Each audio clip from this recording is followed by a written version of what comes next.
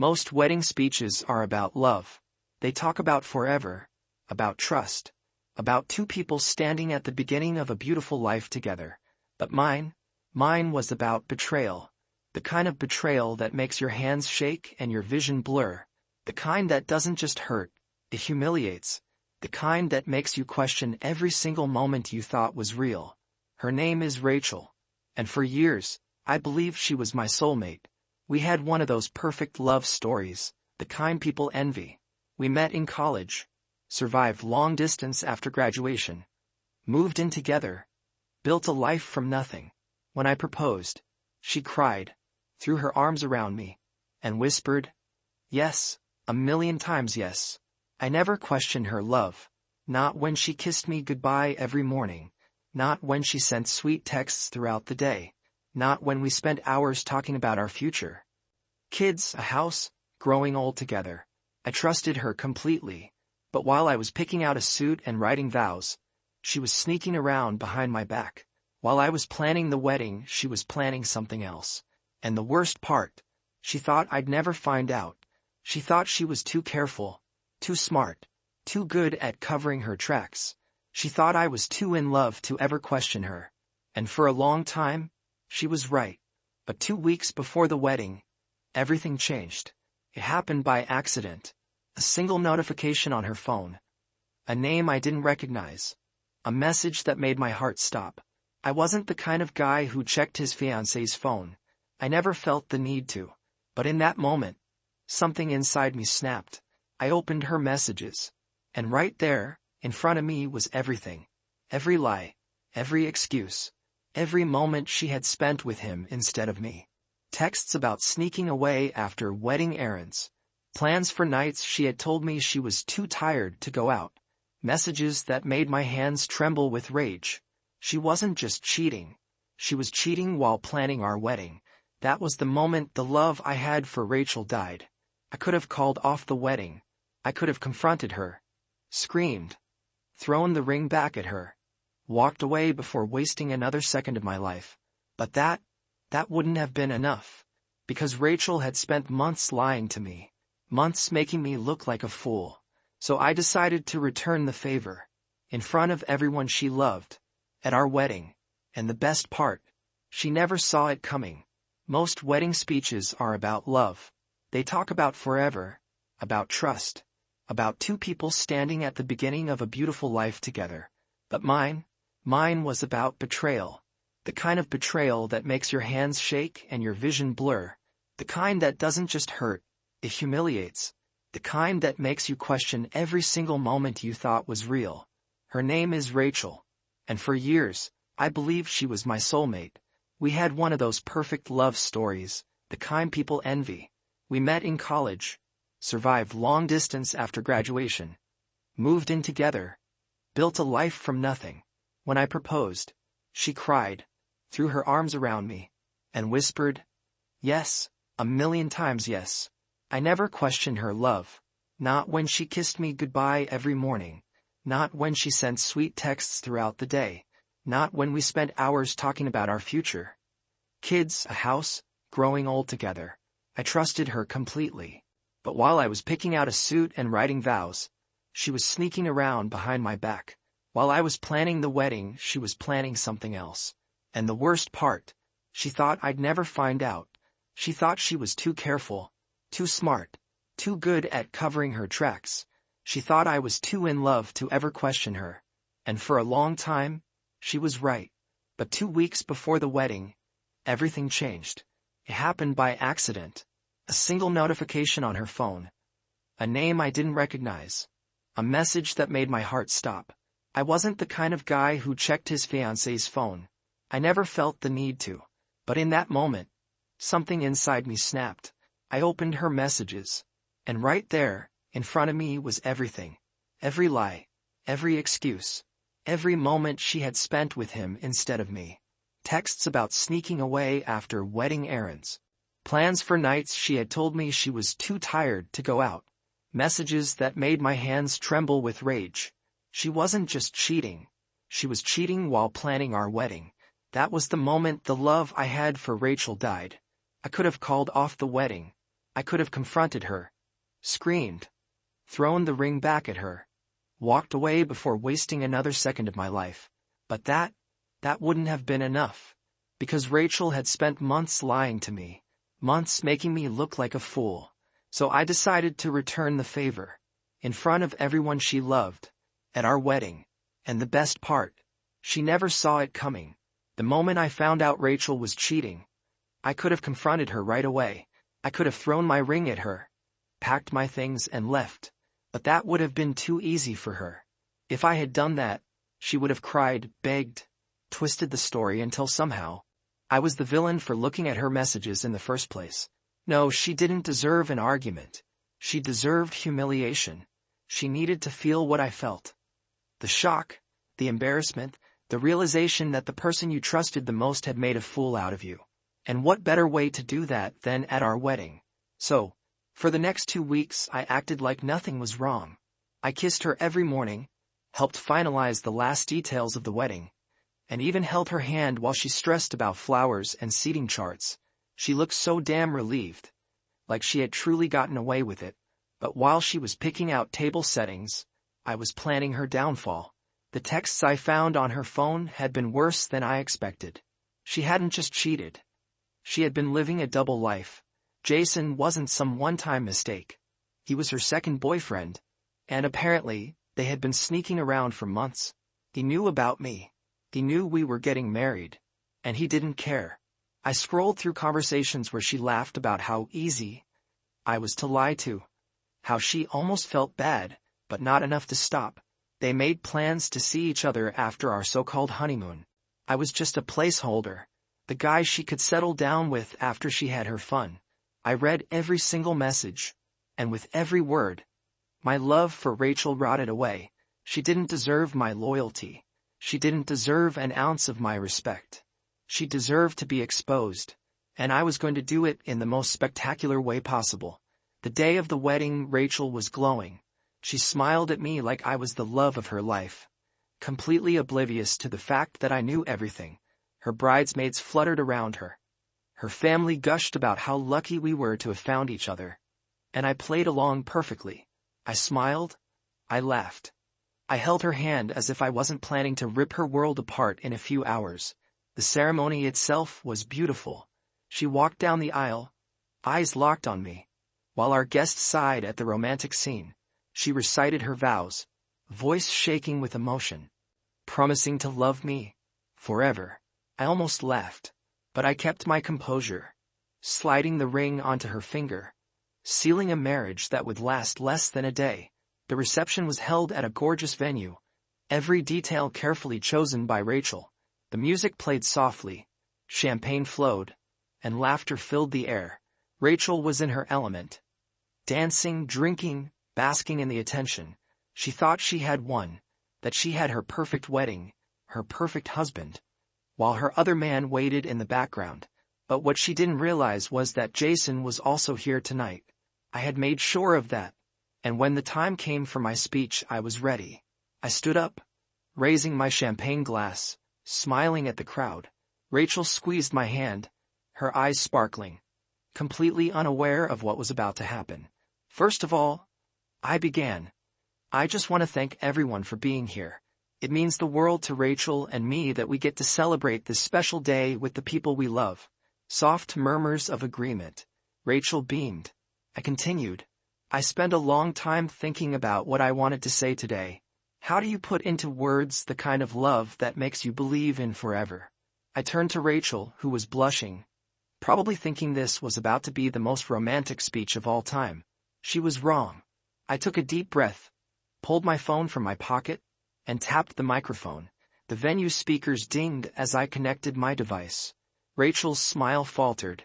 Confusion flickered across her face. And then I pressed play. Her voice filled the room. First it was laughter, light, teasing. Then the words came. He's so naive. Honestly, I could tell him anything and he'd believe me. The silence that followed was deafening. I watched as Rachel's face went from confused to pale. Murmurs spread through the crowd. I didn't stop. I let the messages play on the screen behind me, each one more damning than the last. Wish I was with you instead. I'll sneak out after cake tasting tomorrow. He's such a good guy, too good. I almost feel bad. Almost. Gasps echoed through the venue. Rachel's mother looked horrified. Her bridesmaids glanced at each other, panicked. And Jason? I had made sure he had a front row seat. The final message appeared on the screen. One he had sent just 2 nights before the wedding. Can't wait to see you once this whole fake marriage thing is over. That was it. The final blow. Rachel's body jerked like she had been physically struck. Her mouth opened, but no words came out. She reached for my arm, eyes wide with desperation. Jake. I pulled away. Let the weight of what she had done sink in. Let her feel the eyes of every single person in that room as they realized what kind of person she truly was. And then I raised my glass. So, if you'll all join me, I said smoothly. Let's toast to the end of this ridiculous lie. And then, I walked away, leaving Rachel standing there, humiliated, exposed, and completely alone. I walked out of that venue without looking back. The second I stepped outside, the cool night air hit me, and for the first time in weeks, I felt free. Behind me, the wedding I had spent months preparing for was crumbling into complete chaos. Gasps, whispers, people murmuring in shock. Rachel's family was losing it. I had caught glimpses of her mother covering her mouth, her father's face turning red with barely contained rage. The guests were still processing what they had just witnessed, some of them glued to their seats in stunned silence, others shifting uncomfortably, not sure whether to leave or stay and watch the disaster unfold. And Rachel? She had gone from bride to outcast in a matter of minutes. I didn't need to see her face to know that her entire world had just imploded. She had stood there, frozen, as her dirty secrets were exposed in front of everyone she cared about. She had played me for months, believing she was too smart, too careful to ever get caught. And yet, on what was supposed to be the happiest night of her life, she had been publicly ruined. But it wasn't over yet. I had barely made it to the parking lot when I heard footsteps running after me. Jake. Wait. Rachel's voice. Shaky, desperate. I didn't stop walking. She caught up, grabbing my arm, forcing me to turn and face her. Her mascara was already smudged, her hands trembling. Jake, please. She gasped. This isn't what you think it is. I actually laughed. A sharp, humorless sound. Oh really? I said. Because what I think is that my wife, I made sure to say it mockingly, has been screwing another guy behind my back for months. She shook her head wildly, gripping my hands like she thought she could fix this if she just held on tight enough. It wasn't like that, she insisted. I was just confused. I never meant to hurt you. I pulled my hands away. Save it, Rachel. Tears welled in her eyes. We can work through this. Please. You love me. I know you do. I scoffed. Love?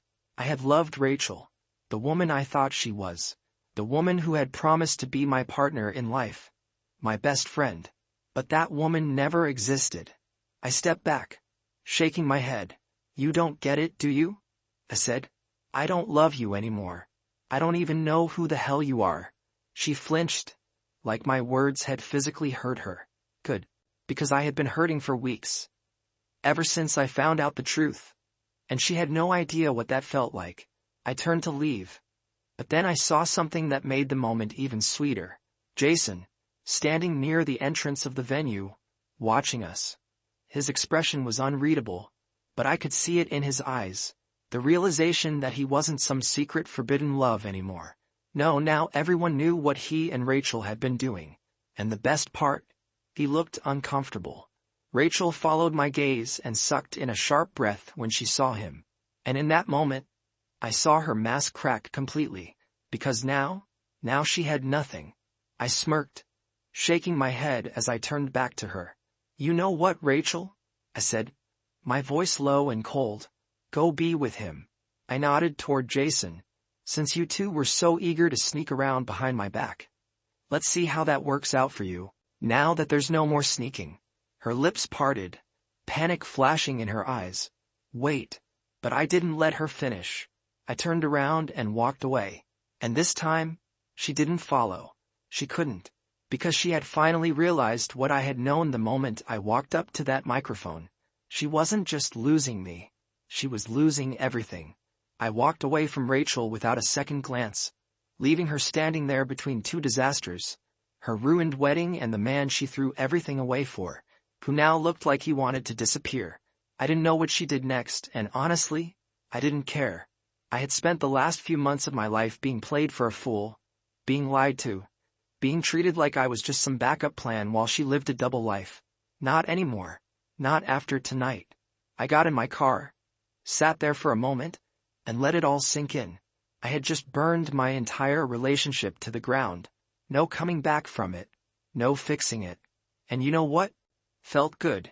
I wasn't sad. I wasn't regretting it.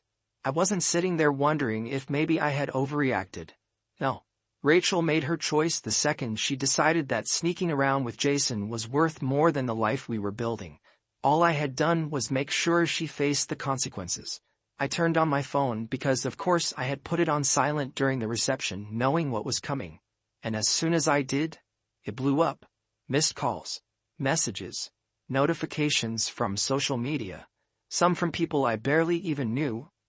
Guests who had witnessed the wedding disaster of the year and couldn't wait to talk about it. Some from mutual friends trying to process what they had just seen. And then there were the texts from Rachel herself. Long, desperate paragraphs that started with, "I can explain," and "please talk to me," before quickly turning into, "You had no right to do that. And you humiliated me for no reason." No reason. I laughed, shaking my head. She still didn't get it. She still thought this was something she could explain away. Something she could talk her way out of. Like I had just made some silly mistake. Like I had overreacted. Like it wasn't her own words that had exposed her for exactly what she was. I blocked her. For good. And then, I did the same to Jason. Not because he had been reaching out, he hadn't, but just to make a point. I was done with both of them. For the next few days, the aftermath of what I had done spread like wildfire. I heard from friends, from coworkers, even from people I hadn't talked to in years. Everyone knew. I didn't have to tell my side of the story because the truth had already been broadcasted to an entire wedding hall full of people. The texts, the messages, Rachel's own voice. It had all been played in high definition for everyone to hear. And the best part? Rachel couldn't spin the story. She tried, of course. She told some people I had set her up. That I had taken things out of context. That I had planned to ruin the wedding from the start. But no one bought it. Because the receipts were there. Her own words had destroyed her. Her parents, who had once adored me, were livid. They called apologizing. Telling me they had no idea what she had been doing. Her mom had cried on the phone, saying she was so ashamed of her daughter.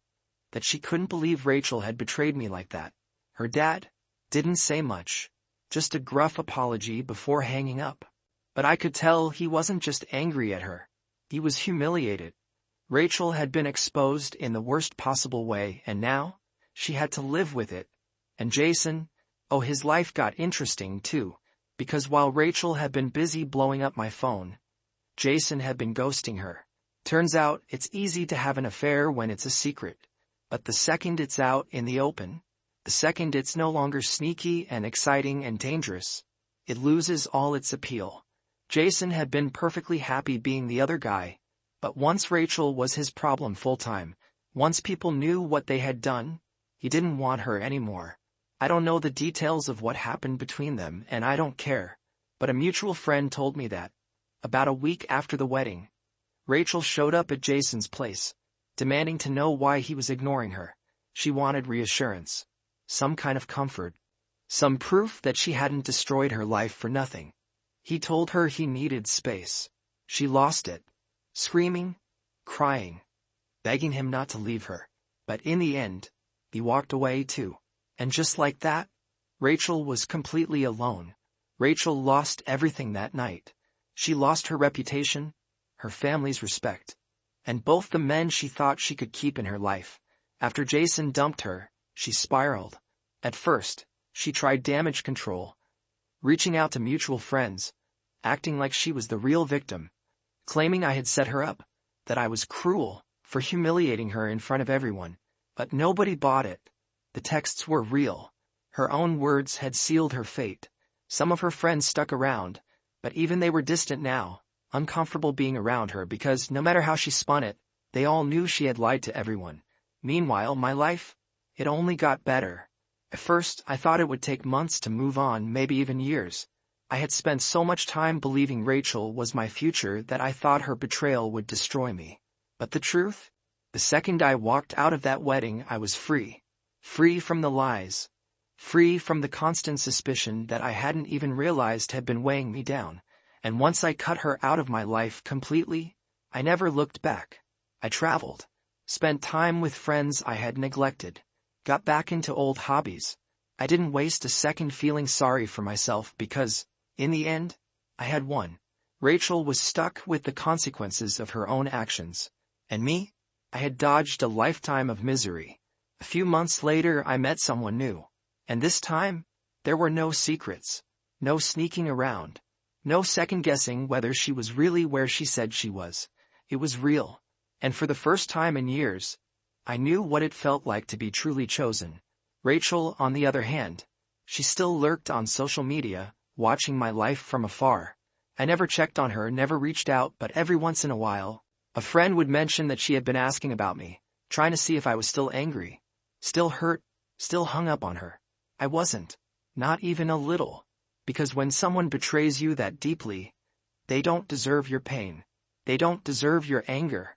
They deserve to be nothing to you at all. And that's exactly what Rachel became. If you like this story, don't forget to subscribe and leave a comment. What would you have done in my situation? Let's talk about it below.